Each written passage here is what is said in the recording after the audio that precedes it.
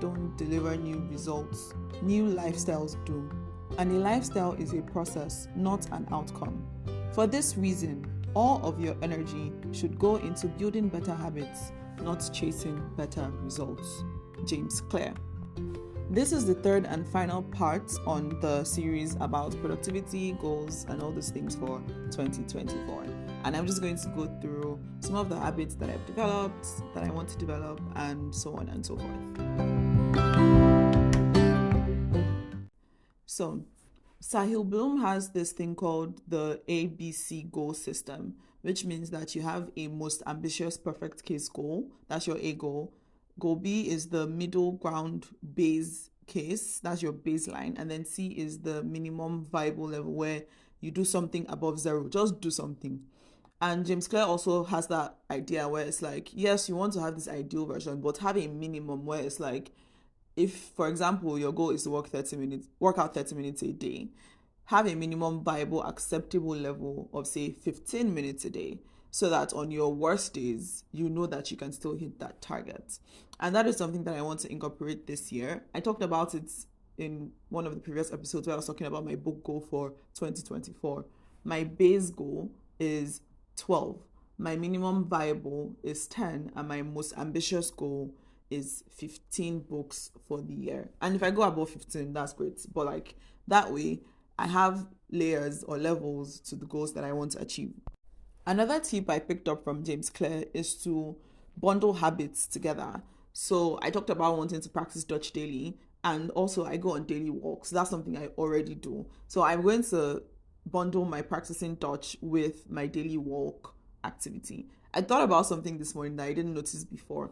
Now, when I wake up, I immediately get into the kitchen. I pick my water bottle up and fill it up with water, and I immediately take my multivitamin for the day. And I just realized that I had built that habit by this same concept, habit stacking or habit bundling, that I didn't even know I was doing that, because I had developed the habit of filling up my water bottle every day, and it just became an add-on. Like when I take water, I take my multivitamin the first sip of the day. And yeah, so that is a practical example of bonding habits that I was already practicing and I didn't even know.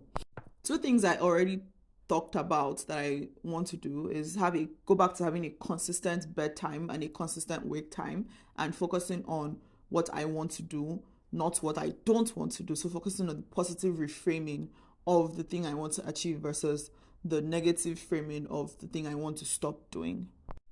A final habit that I want to take on again, it's more of a weekly/monthly habit, is to have personal times of retreat where I do absolutely nothing. I might read a book, I might think, I might reflect, pray, sleep, but like no devices, no like serious work, just a time of reflection and thinking. And I used to do this a long time ago. I would take like a weekend and stay in a hotel and do nothing, or pray, read my Bible, those kinds of things. And I want to do that again starting this year. I may not go to a hotel because I'm in Europe, like hotels are expensive, but I might just take some time off, just be in the house, have no one over, don't go anywhere, just stay home the whole day and rest, reflect with no devices. Which brings me to things that I already do that I want to keep doing. So sometime last year, I got an alarm clock because I didn't want to go to my room with my phone. So my phone is always outside my room when I'm going to bed. It's away from my space, and it serves two purposes. Initially, it was so that when my alarm rings, I won't just like snooze it because it's beside me. I will literally have to go downstairs. I live in a loft, so I will literally have to go downstairs to turn it off, and that would definitely wake me up. But then I got an alarm clock because I also wanted something upstairs that would ring before my downstairs alarm to get me into that wakeful state where I'm like half awake, half asleep, and just waking up and thinking about my day so that I don't have to just jerk out of bed every morning, because I actually hate that. That's why I stopped sleeping with an alarm clock when I was in Nigeria, and I would just wake up whenever I woke up. And because I was going to bed early, it was a good time that I would wake up at. So yeah, I got an actual digital alarm clock, and it's very bare minimum. It doesn't have like so many bells and whistles. I can set an alarm, I can set the time, and I can set the temperature, but it just wakes me up before my main alarm so that I'm a bit awake and I don't have to just check out of bed and rush downstairs to turn off the phone alarm. Another thing that I do is when I'm working, I keep my phone out of sight. Like when I want to do focused work, I keep my phone like away from view so that I can't see it, and I put it somewhere far that I have to stand up to go and reach it. And that makes me less likely to go on social media or just pick up my phone for no reason, because that's a thing that, think about it, just like one day, look at how many times you touch your phone for no reason. You just pick up your phone, maybe you're bored or something. So I allow myself to sit with whatever I am doing or feeling instead of just picking up my phone to get rid of whatever emotion or thing I'm trying to avoid doing. And then another thing I started doing was I put my phone on black and white mode, grayscale mode.